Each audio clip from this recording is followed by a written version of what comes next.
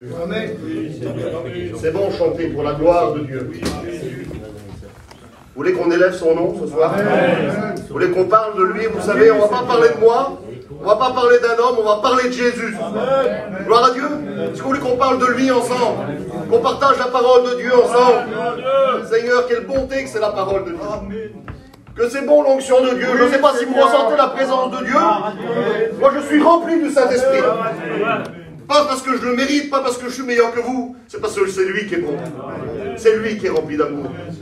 Sois béni, Seigneur. Je vous remercie les frères. Je vous dis bonjour à tous. Je suis content que Laurent a dirigé les chants ce soir. Vous savez, on partage ensemble. Gloire à Dieu. On prie Dieu. Encore. On peut prier Dieu encore. Gloire à Jésus. Tu fais, je t'écoute. Sois béni, Seigneur. Oh, l'église, merci déjà parce que le Saint-Esprit est Alléluia. Merci pour ta parole. Gloire à Dieu, gloire à Dieu, gloire à Dieu. Sois béni maintenant. Dans cette soirée, je vais présenter ton Saint-Père devant Jésus. Bénis-le, saisis-le dans le Saint-Esprit. D'ailleurs, chacun de nous dans cette soirée. Gloire à Dieu, Dieu connaît toutes choses. Amen. Amen, gloire à Dieu. Sois béni, je voudrais vous lire un psaume. Voilà, j'ai ça sur mon cœur depuis un petit moment. Ça va être l'introduction du message. Est-ce que vous êtes avec moi quelques minutes? Amen. Est-ce qu'on est là, on veut écouter la parole de Dieu? Amen. Le psaume 94, 9 nous dit cela. Celui qui a planté l'oreille, n'entendrait-il pas? Avec un point d'interrogation. Celui qui a formé l'œil, ne verrait-il pas? Et je voudrais te poser cette question. Est-ce que tu crois que le Seigneur est capable de t'entendre? Est-ce que tu crois que le Seigneur t'a entendu? Je vais aller même plus loin. Quand tu étais chez toi, là, ou dans cette journée, et que tu t'es mis à part, ou tu as prié Dieu, ou dans les jours qui viennent, dans ton besoin, je ne connais pas ton besoin, est-ce que tu crois que Jésus, le Fils de Dieu, celui qui a tout pouvoir dans le ciel et sur la terre, il t'a entendu? Est-ce que tu y crois vraiment? Est-ce que tu crois qu'il t'a vu? Celui qui a créé nos yeux, celui qui a créé nos oreilles, non seulement il entend, mais il nous voit. Et je voudrais te dire que dans cette soirée, il t'a vu. Il connaît ton cœur, il connaît tes besoins, il connaît tes prières. Et puis la Bible nous dit ça. L'oreille qui entend et l'œil qui voit, c'est l'Éternel qui les a fait l'un et l'autre. Je répète le texte, le proverbe 20 nous dit ça. L'oreille qui entend et l'œil qui voit, c'est l'Éternel qui les a fait l'un et l'autre. Gloire à Dieu. Amen. Et puis il y a un texte qui est merveilleux. Je vous lis 2-3 textes comme ça, puis ça me détend en plus. Amen. Dans le livre de l'Exode, il est dit ça. J'ai vu. C'est l'Éternel qui parle, il va dire j'ai vu. Vous savez, la vision de l'Éternel, elle est claire, elle est parfaite. La Bible nous dit qu'il a une vision parfaite. Il y a un texte qui parle des 7 yeux de l'Éternel. Et puis si vous voulez, ça nous représente vraiment la vision parfaite de Dieu. Dieu n'est pas un myope. Dieu n'a pas besoin de lunettes, il n'a pas besoin de lentilles, il n'a pas besoin d'une loupe pour voir. Dieu voit parfaitement ta vie, Dieu voit parfaitement ton cœur, Dieu voit parfaitement ton besoin, Dieu voit parfaitement ce qu'il y a dans ton cœur, dans ta vie, ce que tu fais quand tu te lèves le matin, comment tu souffles, comment est ta vie, il la connaît par cœur. Et il dit, j'ai vu, il a vu quelque chose, j'ai vu la souffrance de mon peuple, qui est en Égypte, qui représente le monde aujourd'hui. Il a vu.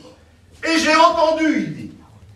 Non seulement il a vu, mais il a entendu les cris que le font pousser les oppresseurs, c'est-à-dire ceux qui sont là pour nous oppresser. Excusez-moi de vous dire ça. Je ne sais pas pour vous, mais le monde ne vous oppresse pas, vous. À cette époque-là, c'est l'époque de Moïse, mais plus de 3500 ans plus tard, le monde est encore dans la même situation, John. L'oppression du diable, l'oppression du monde. Ben, je voudrais vous dire que l'Éternel a vu et il a entendu. Il dit, car je connais ces douleurs. Le Seigneur connaît les douleurs des cœurs. Et voilà, voici ce qu'il dit. Voici les cris d'Israël sont venus jusqu'à moi. Quelle grâce. Et oui, il entend. Hein. Et j'ai vu l'oppression que leur font souffrir les Égyptiens. Alors il va rester comme ça, l'Éternel. Maintenant qu'il a vu, qu'il a entendu son peuple, qu'est-ce qu'il va faire? Il va se mettre les mains dans la poche, excusez-moi de dire ça. Il va dire, ben voilà, qu'ils se débrouillent, qu'ils restent dans leur état, que c'est bon, c'est bon. Vous savez ce qu'il va dire? Je suis descendu pour les délivrer. Gloire à Dieu. Alléluia. Et ce soir, il veut bénir un cœur. Ce soir, il est venu pour toi, personnellement. Peut-être que tu ne t'y attendais pas ce soir à la réunion. Peut-être que tu te dis, voilà, comme il disait le Jean tout à l'heure, l'habitude, je vais à la réunion. Tu t'y attendais peut-être pas, mais Dieu a un mot pour toi. Gloire à Dieu. Et je rentre dans le message maintenant. Vous m'accordez quelques minutes? Je ne voudrais pas être long. Isaïe 1,6. La Bible nous dit que la tête entière est malade. Seigneur. La tête entière. C'est-à-dire toutes les pensées de la tête. Tout ce qui vient dans notre tête. La Bible dit que la tête entière est malade. Et tout le cœur est souffrant. Vous savez, quand il y a un problème à la tête, souvent ça descend dans le cœur. Parce que les pensées, ça vient du cœur aussi, mais ça vient aussi de la tête. C'est lié ensemble. Tout le cœur est souffrant. De la pointe des pieds jusqu'à la tête, rien n'est en bon état. C'est-à-dire qu'il y a une souffrance là, terrible. Alors moi, je ne sais pas ce soir, vous comprenez bien, je prends la direction que Dieu m'a donnée, les frères, et je me laisse diriger. De la plante des pieds, c'était terrible ce qu'il est en train de vivre, ce personnage-là. Dieu parlait, il faisait un constat, un état des lieux du peuple de Dieu. La tête entière est malade, tout le cœur est souffrant, de la plante des pieds jusqu'à la tête, rien n'est en bon état, car ce sont que blessures et contusions. Des blessures, des contusions. Et il l'appelait, il dit, c'est des plaies vives. C'est-à-dire que ce n'est pas des coups qui ont été portés il y a longtemps, et même s'ils auraient été portés il y a longtemps, la plaie elle est encore vive. C'est-à-dire que la pensée de la plaie, la souffrance qu'il y a eu, elle est tellement actuelle que même si la plaie elle avait été faite il y a 10 ans en arrière, elle est encore ouverte. Des plaies vives. Et la Bible nous dit ça, qui n'ont été ni pensées, c'est-à-dire qu'ils n'ont pas été soignés, ces plaies-là. Et il y a des plaies dans des cœurs, il y a des douleurs, il y a des souffrances, il y a des blessures dans des vies qui n'ont pas été encore pensées, ni soignées, ni adoucies par l'huile. Ils n'ont pas été adoucis, ils n'ont pas été nettoyés, ça n'a pas été soigné. Et l'Éternel fait ce constat sur ce peuple. Et puis, je réalisais, vous savez, le diable, il ne nous fera pas de cadeaux, mes frères et sœurs. Je ne sais pas, écoutez, je vous dis ça. Je regarde les visages, moi, je suis sûr qu'il y a nos amis qui sont là. Tu aurais un mot aussi. Le Seigneur sait parler. Le diable, lui, il est venu pour détruire l'homme. Il est venu pour jeter des flèches enflammées, pour blesser, pour faire du mal, pour faire des blessures. Vous avez écouté les témoignages? J'ai écouté TJ, j'ai écouté Angelo. Ils ont eu des blessures et puis ça les a emmenés à faire des choses, à rentrer dans le péché. Angelo il a une blessure, il a rentré dans le péché. Pourquoi? Qu'est-ce qui s'est passé? Il y a eu des plaies. Et puis ça nous emmène très loin, ces plaies-là. Et puis la Bible nous dit ça. Maintenant je rentre dans la petite parabole que Dieu m'a donnée. Est-ce que vous êtes avec moi quelques instants? C'est une parabole que vous connaissez par cœur. Peut-être. Vous la connaissez au moins. C'est la parabole du bon samaritain. Luc 10, 25 à 35. La Bible nous dit ça. Je ne vais pas vous lire le texte entier, je vais le commenter. Vous me suivez? Amen. Gloire à Dieu. Un homme, alors c'est un homme dans l'histoire, mais ça peut être très bien une femme. Dieu s'adresse à ceux qui sont là ce soir. Amen. Ça peut être très bien jeune. Vous savez qu'on peut être jeune, on peut être blessé dans un cœur, on peut avoir des plaies déjà tout jeune, on peut avoir des blessures déjà tout jeune, on peut souffrir déjà tout jeune. Et puis la Bible nous dit que cet homme, il va prendre une décision. La Bible nous dit qu'il est à Jérusalem, en Israël, il va descendre de Jérusalem à Jéricho. Il va prendre cette décision-là. Et puis moi, tout simplement, je ne vais pas être compliqué ce soir, je vais représenter Jérusalem comme la réunion ce soir. C'est tout simple ça. Comme ça, on ne va pas chercher plus loin, on ne va pas compliquer les choses. Jérusalem, ça veut dire fondement de paix. Je crois que quand on vient dans une réunion, il y a la paix. Oui, vous savez pourquoi il y a la paix dans une réunion? Parce qu'au milieu de nous, il y a le prince de la paix. Il s'appelle Jésus. 2 ou 3 réunions son nom, il est au milieu de nous. Il est là. Et la paix de Dieu est là. Et quand on vient dans une réunion, malgré qu'on est meurtri, malgré qu'on a des douleurs, malgré que le cœur saigne, malgré qu'on est chrétien ou inconverti, ou quoi que ce soit, ou rétrograde, je ne sais pas. Quand on vient dans une réunion, c'est une bouffée d'air. Ça fait du bien une réunion, dites la vérité. La réunion ne vous fait pas du bien ce soir? Moi de prêcher la parole de Dieu, ça me fait du bien. J'ai eu une journée difficile, pas facile, avec beaucoup de pensées, des mauvaises choses. Mais quand je suis là et je prêche la parole de Dieu, ça me fait du bien. D'écouter mon frère diriger, ça me fait du bien. D'écouter les témoignages, ça me fait du bien. D'écouter chanter la gloire de Dieu, ça me fait du bien. Et ça nous donne à respirer. Et à penser que Jésus revient chercher son l'église. Et ça me motive, ça. Ça me motive de prêcher la parole de Dieu. Et puis cet homme-là, il est à la réunion, il va prendre une décision. Vous savez, quand on sort de la réunion, il y a notre vie qui est tout de suite là. Puis des fois, quand on est dans la réunion, là, c'est l'euphorie. On est béni. On reçoit un mot de Dieu. On n'est pas chrétien, on est capable de prendre même une décision pour Dieu. On lève la main. Ou on dit, ben demain, je vais faire ci, je vais faire là. Il y a plein de choses qui se mettent. Mais quand on rentre chez nous, tout de suite, c'est la descente. Tout de suite, il y a les problèmes. Tout de suite, il y a les choix qui sont devant nous. Soit je reste à Jérusalem, dans la paix, soit je continue la réunion chez moi, mais sinon, je descends. Je prends la route de la descente. Direction la ville des palmiers, Jéricho, c'est-à-dire le monde. Et ça, c'est le choix de chacun. Vous savez, on peut être chrétien et faire ce choix-là aussi. Être terrible à la réunion, et quand on est chez nous, c'est n'importe quoi. On fait que descendre, de descendre, de descendre, de descendre. Puis cet homme, il va descendre. Alors j'ai écrit ça, la vie après la réunion. Il descend. Je ne sais pas si tu es en train de descendre. Mais en tout cas, ce soir, comme Jérémie, comme Dieu a fait à Jérémie, vous savez, un jour, Jérémie, il a été jeté dans une citerne, dans un puits très profond. Un jour, il est venu un homme avec une corde.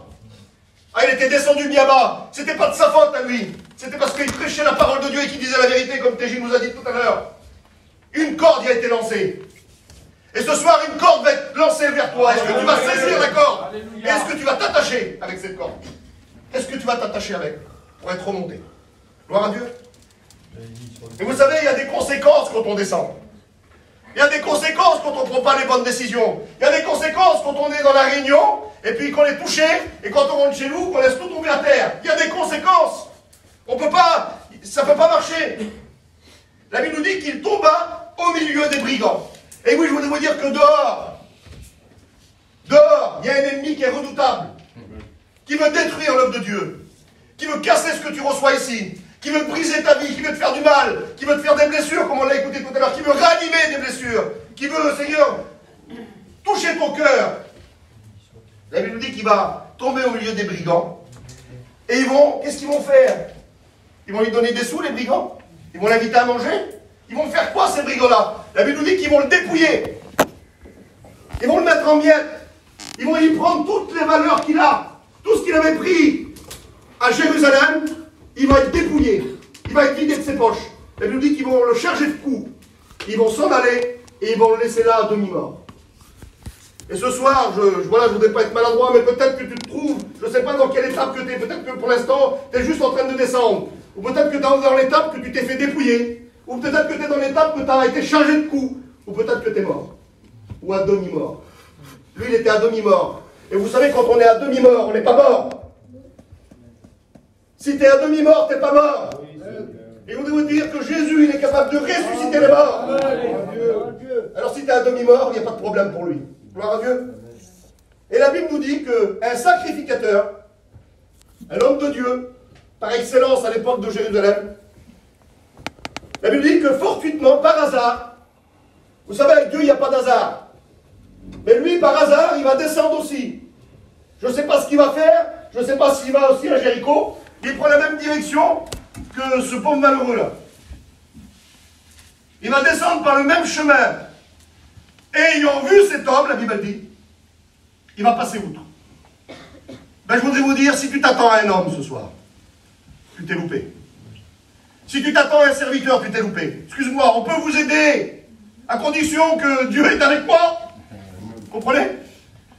Mais malheur à l'homme qui s'appuie sur l'homme, la Bible dit. Mais, Seigneur, il faut s'appuyer sur l'Éternel. Heureux l'homme qui s'appuie sur l'Éternel ce soir. Si tu t'attends à moi, si tu t'attends aux frères, aux anciens qui sont là, tu ne vas pas recevoir grand-chose. Je sais, des fois, nous aussi, on descend. Nous aussi, c'est difficile. Nous aussi, c'est pas facile. Nous aussi, on a une vie. Nous aussi, on a des problèmes. Nous aussi, on a des plaies. Et puis, la Bible nous dit qu'ayant vu cet homme, il va passer outre. Il ne va même pas vouloir s'arrêter devant le problème, parce qu'il n'a pas la solution, il n'a rien dans les mains. Et quand on n'a rien dans les mains, ben on passe outre. On ferme les yeux, on ne veut pas voir le problème. Et puis la Bible nous dit que c'est un religieux, le sacrificateur. Il n'a pas de solution pour lui. Et puis ça continue, la Bible nous dit qu'il y a un lévite. On va dire un garçon, une femme qui est là, qui travaille pour l'œuvre de Dieu. Il arriva aussi dans ce lieu, l'ayant vu, il va passer outre aussi. lui non plus, il n'a pas de solution. Les frères, quand on n'a pas de solution, on n'a pas de solution. Vous savez, c'est qui la solution? C'est Jésus. Amen. Est-ce que vous êtes d'accord avec ça? Amen. Je répète, c'est qui la solution? Jésus. Jésus. Gloire à Dieu. Amen. Merci Seigneur, il y a plein qui suit. Mais, gloire à Dieu, il y a un mais dans la parole de Dieu. Et c'est le mais le plus beau qu'il y a. Vous savez, des fois, il y a des mais qui font mal. Mais voilà, la situation ne changera pas. Mais c'est catastrophique. Mais ça ne va pas aller. Mais là, c'est mais un bon samaritain qui voyageait. Il voyage, lui. Il cherche les besoins. Je voulais vous dire que Jésus, il est parmi nous ce soir. Et il cherche, il connaît. Le texte que je vous ai dit au début, il voit, il connaît tout. Il cherche, il connaît, il sait ton besoin. Il est rempli d'amour ce soir, il est rempli de compassion. La Bible nous dit, étant venu là, c'est pas par hasard qu'il est venu là. Peut-être que toi tu te dis, mais moi je suis venu ce soir, je ne devais pas venir. Mais lui, il n'est pas venu par hasard. Il ne se déplace jamais par hasard, les frères. Il vient parce qu'il y a des besoins dans l'église. Il vient ce soir au plan de grâce dans la salle parce qu'il y a des besoins dans les cœurs. Amen. Et il vient, étant venu là. La Bible nous dit qu'il va être ému de compassion, lui. Ah, il va pas passer outre. Il ne va pas prendre un autre chemin. Il va regarder le besoin là, le problème. Mais non seulement il va regarder le problème, mais il a la solution au problème. Et c'est là qui est toute la différence. Oui, Seigneur. Il y a une solution à ton problème, ma soeur. Amen. Mon frère, il y a une solution à ton problème. Qui que tu sois dans la salle, il y a une solution à ton problème. Le bon samaritain est là ce soir. Amen. Et il est rempli d'amour, de compassion. Gloire à Jésus. Amen. La Bible nous dit que quand il fut ému de compassion, lorsqu'il le vit, son œil, quelle puissance qu'il a l'œil de Dieu. Amen. Beaucoup plus puissant que l'aigle. Vous avez vu l'aigle à des milliers de kilomètres, des centaines de kilomètres, il est capable de voir pas grand-chose, sa proie. Mais Dieu, t'es pas une proie pour lui ce soir. Le diable, t'es une proie pour lui. Pour le diable, il veut te dévorer, il veut te détruire. Mais par contre, pour Dieu, il te regarde pour te faire du bien ce soir. Amen. Il te regarde pour te guérir, pour penser tes plaies, pour faire du bien à ton cœur, pour faire du bien à ta vie. Gloire à Dieu. Amen. Jésus est rempli de pitié, d'amour et de compassion pour toi. Et la Bible nous dit que le bon samaritain, ce soir, non seulement il voit, non seulement il a la solution, mais la Bible nous dit qu'il va s'approcher. Seigneur, quelle bonté. Tu ne voudrais pas qu'il s'approche de toi ce soir? Amen, amen. Je voudrais, Seigneur, dans mon cœur, ça serait comme ça, je le ressens comme ça. Tu sens ton cœur qui commence à palpiter avec un battre parce que tu sens que le bon samaritain, il s'approche de toi. Quelle bonté quand Dieu s'approche de nous, mes frères. Que c'est bon quand Dieu, il vient vers nous. Parce que nous, on ne peut pas. On est venu, on a fait l'effort de venir à la réunion, mais on ne peut pas, on est en pleine descente. On est en plein dépouillement. On a reçu des coups, on est meurtri, il y a des plaies ouvertes. On ne peut pas, on est dans la réunion, mais des fois, on a même le mal de lever seulement la main, de faire un petit signe. Et même des fois, on fait le signe, mais derrière, il n'y a rien. Ce soir, Jésus se déplace. Il s'approche de toi, gloire à Dieu. La Bible dit qu'il va s'approcher. Et non seulement il s'approche, mais il vient avec la solution dans ses mains. Ce soir, Jésus a la solution dans ses mains. La Bible nous dit qu'il va soigner ses plaies. Gloire à Dieu. Il va soigner tes plaies ce soir. Je ne les connais pas, tes plaies. Je ne les connais pas, tes besoins. Je ne les connais pas, Seigneur, tes douleurs. Je ne les connais pas, tes plaies ouvertes. Mais Dieu, il veut soigner tes plaies ce soir. Jésus, lui, il te comprend. Lui aussi, il a souffert. Il a souffert à la croix, la Bible nous dit. Ses mains ont été percées. Ses pieds ont été percés. Ils ont mis une couronne d'épines sur la tête. On y a enfoncé avec des roseaux. Son dos a été labouré. Sa barbe arrachée, le sang a coulé. Il a souffert à la croix, il te comprend. Mais vous savez, lui, personne ne s'est approché de lui. Tout le monde le regardait de loin. Tout le monde se moquait de lui. On n'a fait de lui aucun cas, la Bible nous dit. Mais par contre, ce soir, Dieu fait beaucoup de cas pour toi. Amen. Ce soir, fait beaucoup de cas. Amen. Parce que lui, il a monté sur la croix pour toi. Oui. Pour que toi, tu ne souffres plus. Tu n'es pas obligé de souffrir. Tu n'es pas obligé d'être malheureuse ou d'être malheureux. Tu n'es pas obligé d'avoir des plaies ouvertes encore. Dieu est un baume d'amour pour mettre sur ton cœur ce soir. Gloire à Dieu. Il veut soigner tes plaies, ton cœur ce soir. Il veut soigner ton cœur ce soir. J'ai bientôt fini. Encore 2-3 minutes. 10.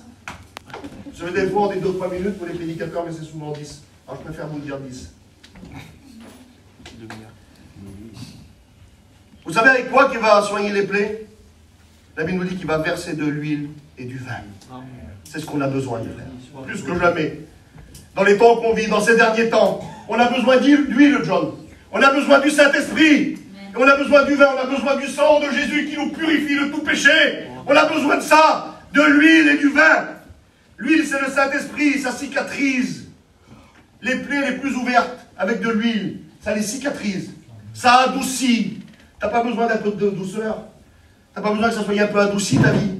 Tu ne voudrais pas que Dieu adoucisse un peu ta vie, cicatrise ta vie. Le vin, c'est le sang de Jésus, bien sûr, mais c'est un désinfectant. Dieu veut désinfecter ton cœur. Dieu veut, Seigneur, enlever toutes tes impuretés, tout ce qui n'est pas la gloire de Dieu, tout ce qui te fait mal, tout ce qui te fait mal dans ton cœur, dans ta tête, tout ce qui est pollué. Dieu, par le sang précieux de Jésus-Christ, veut l'enlever ce soir. Sois béni. Alléluia. Vous savez, j'ai écrit ça et c'est beau. Vous savez, quand il était sur la croix, lui, on n'y a pas proposé de l'huile. On n'y a pas proposé de vin non plus. On y a proposé du vinaigre à lui. Comprenez? Mais par contre, à nous, Jésus, ce soir, il ne veut pas te proposer du vinaigre pour te faire mal. Il ne va pas te proposer une potion pour te faire mal, non. Il va te proposer de l'huile et du vin. Amen. Gloire à Dieu, parce que c'est le moyen de traitement pour ta vie ce soir. Amen. Gloire à Dieu.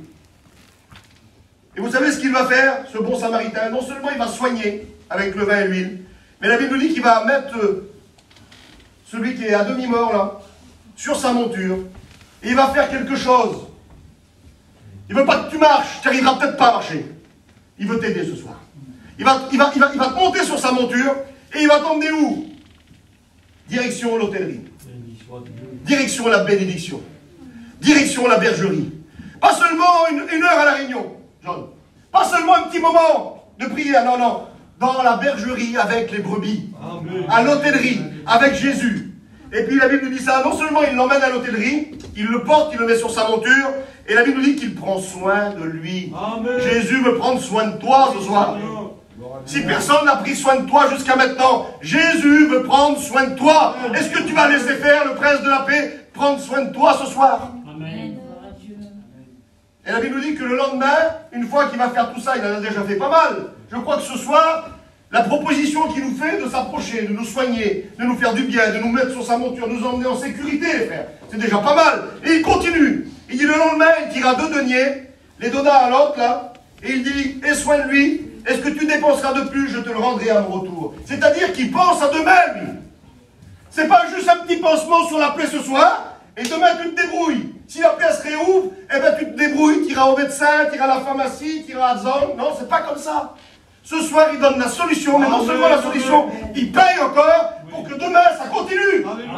C'est pas juste un pansement. Dieu veut guérir la blessure. Dieu veut bénir la blessure, mais jusqu'à... Vous savez, des fois, on rentre dans une réunion, et je pense à ça tout de suite. On est béni, on reçoit quelque chose, on sent que ça vient de Dieu. Mais quand on sort dehors, c'est la descente, et on est en train de perdre déjà. Le diable, il vient, mais t'as pas reçu. Et s'il est là, et puis plein de choses qui viennent se mettre, des fois nos familles autour de nous, des fois un mot qu'on reçoit, et tout est cassé. Mais Jésus veut aller plus loin ce soir. Il veut que tu prennes la bénédiction, que tu l'emmènes chez toi, mais que tu la gardes. Pas pour un jour, pas pour 2 jours, pas pour 5 jours, jusqu'à temps qu'il revienne chercher sur l'église. Gloire à Dieu. À Dieu la gloire. J'ai fini. J'ai écrit ça. La vie, le monde t'a laissé tomber. Jésus lui vient te relever. C'est simple ça. Tu t'es fait dépouiller, tu n'as plus rien. Jésus veut te revêtir ce soir. Il s'est dépouillé lui-même, la Bible dit. Tu es chargé, tu es fatigué, tu as pris des coups. Venez à moi, vous tous qui êtes fatigués et chargés, et je vous donnerai du repos.